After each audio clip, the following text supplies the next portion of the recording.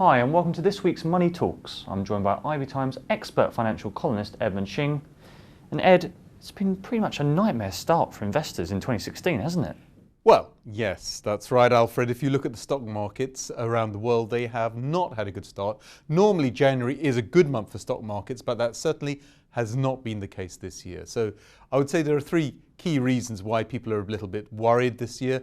First being a slowdown in the US economy. Secondly, being worries about China. We don't even know what the growth rate really is. And thirdly, the plunging oil price. And those three things have unnerved investors and have sent stock markets plunging. And should we believe all the doom and gloom? Well, I think it's easy. You know, the thing I would say, Alfred, is that stock markets and stock market investors in particular do tend to get carried away from time to time. They do overreact to the upside and also to the downside.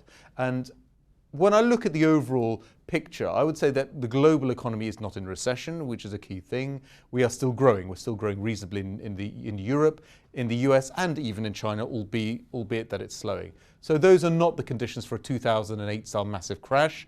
Rather, I would say what this gives us is a potential for a rebound in short order. And the main reason for this is that you don't really take much stock in the Chinese stock market.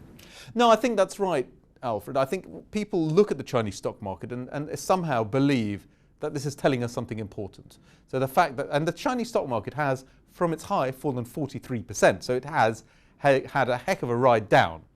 But if we look at the Chinese people, they do not, for the most part, invest in stocks. They keep their money either in cash or they buy properties. Chinese people love property. And those are the key savings vehicles rather than the stock market. So the stock market, from my point of view, in China is a little bit of a red herring.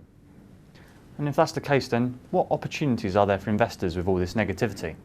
Well, I think there are two ways to approach this, Alfred. I think the easy way is to say I'll just buy an index ETF, an index fund, and I'll put my money in that and I will just wait for the rebound to appear.